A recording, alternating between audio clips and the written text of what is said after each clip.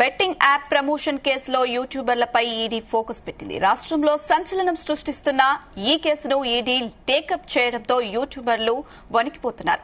Betting app ప్రమోషన్లకు పాల్పడిన వారంతా ఇప్పుడు పరారీలో ఉన్నట్టు తెలుస్తుంది. దీంతో వారి కోసం పోలీసులు రంగంలోకి దిగినట్టు సమాచారం. బెట్టింగ్ యాప్స్ ను ప్రమోట్ చేసినందుకు యూట్యూబర్లకు మనీ లాండరింగ్, హవాలా రూపంలో చెల్లింపులు జరిగినట్టు ఈడీ భావిస్తుంది. బెట్టింగ్ యాప్స్ కేసులో యూట్యూబర్లపై ఈడీ ఫోకస్ పరారీలో ఆరోపణలు ఎదుర్కొంటున్న యూట్యూబర్లు ఈడీ రంగంలోకి దిగడంతో వణికిపోతున్న యూట్యూబర్లు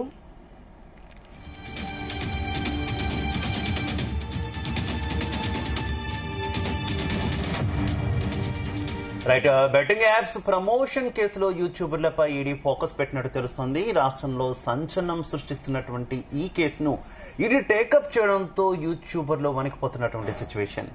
ఇక ఇదే విషయానికి సంబంధించి మరింత సమాచారం మా క్రైమ్ బ్యూరో చీఫ్ రవితేజ అందిస్తారు.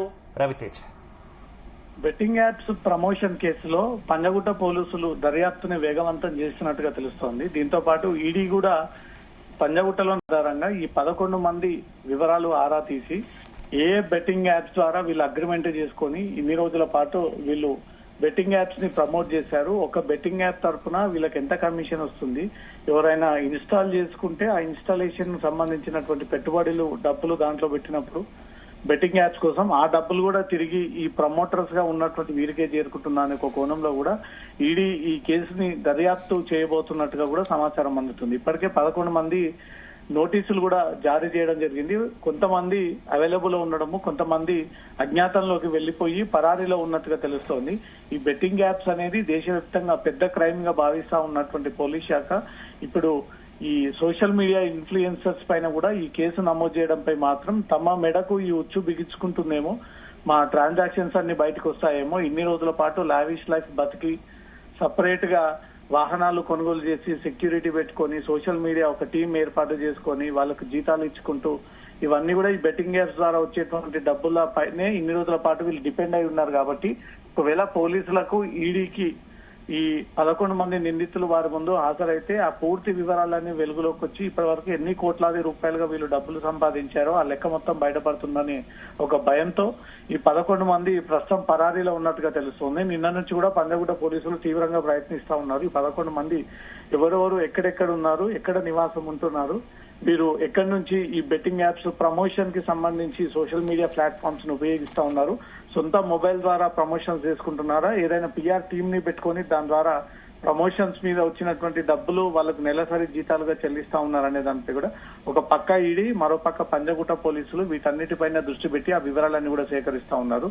దేశవ్యాప్తంగా తెలుగు రాష్ట్రాల్లో ఉన్నటువంటి ఈ ప్రముఖులని ఎవరైతే సోషల్ మీడియా ఇన్ఫ్లుయెన్స్ ని టార్గెట్ చేసి బెట్టింగ్ యాప్స్ ద్వారా ప్రమోషన్ చేపడతా ఉన్నారో అలా వివిధ రాష్ట్రాల్లో ఉన్నటువంటి సోషల్ మీడియా హైప్ ఇన్ఫ్లుయెన్సర్స్ వారిని టార్గెట్ గా చేసి వాళ్ళకు కూడా డబ్బులు చెల్లించి ఈ బెట్టింగ్ యాప్ ని ప్రమోట్ చేస్తూ ఉండవచ్చు అనేది కూడా పోలీసులకు కొన్ని లీడ్స్ లభించాయి.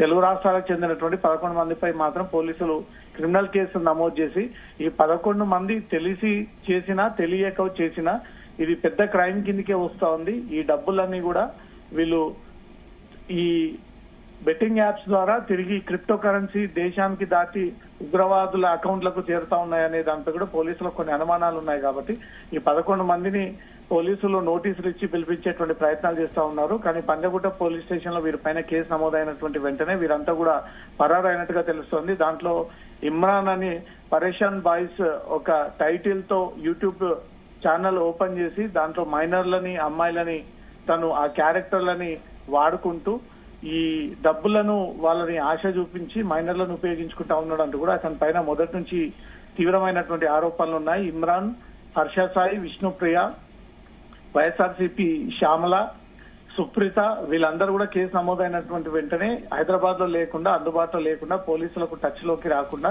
వీళ్ళు పరారైనట్టుగా తెలుస్తోంది. వీళ్ళు ఎక్కడికి వెళ్లినా స్పెషల్ టీమ్స్ మాత్రం వారిని పట్టుకొని పోలీస్ స్టేషన్ ముందు హాజరవ్వాలంటూ కూడా నోటీసులు అందజేసిన తర్వాత ఈడీ కూడా రంగంలోకి దిగి ఈ బెట్టింగ్ యాప్స్ ద్వారా ఈ కమిషన్ బేసిస్ వీళ్ళకి ఎలా వచ్చాయి, మనీ లాండరింగ్ జరిగిందనే అనుమానాలు కొన్ని ఈడీ అధికారులకు ఉన్నాయి. కాబట్టి ఈడీ కూడా దీనిపైన విచారణ జరిపించేటువంటి అవకాశం కనబడతా ఉంది. శివ, అయితే దీనికి సంబంధించి ప్రస్తుతం ఈ ఆరోపణలు ఎదుర్కొంటున్న వాళ్ళు ఎవరు కూడా రెస్పాండ్ కావట్లేదు కదా, ఏ రకంగా చూసుకోవాలి, అందుబాటులోకి రావట్లేదు. ఈవెన్ పోలీస్ ఎంక్వైరీకి కూడా పంజగుట్ట పోలీసులు పిలిచినప్పుడు కూడా రాని సిచ్యువేషన్ కదా, ఏ రకంగా అర్థం చేసుకోవచ్చు?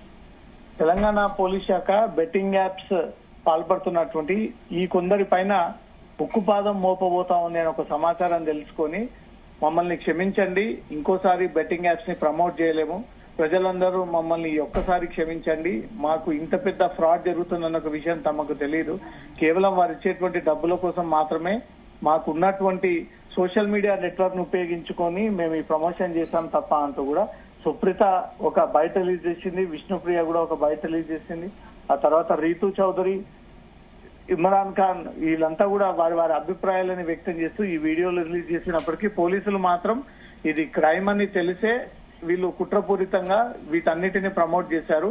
కేవలం డబ్బుల కోసం కక్కుర్తిపడి వీళ్ళు ఆశ పెంచుకొని అది ఇల్లీగల్ అని తెలిసినప్పటికీ మాత్రం వీళ్ళు ప్రమోషన్ చేశారు కాబట్టి అది నేరం కిందకే వస్తుంది. దీనిపైన ఖచ్చితంగా వాళ్ళు ఈ చట్టపరమైనటువంటి చర్యలు ఎదుర్కోవాల్సిందే అంటూ మాత్రం పోలీసులు దీనిపైన ఒక పక్క ఫోకస్ చేసి మరో పక్క ఈడీ కూడా మనీ లాండరింగ్ జరిగినట్టయితే ఈ 11 మందికి చెందినటువంటి ఆస్తుల వివరాలన్నీ కూడా బయటికి తీసి వీళ్ళు నిజంగానే ఇల్లీగల్ గా సంపాదించినట్టుగా మాత్రం ఈడీ భావిస్తే వీళ్ళ ఆస్తులన్నీ కూడా జప్తు చేసేటువంటి అవకాశం ఉంది. శివ.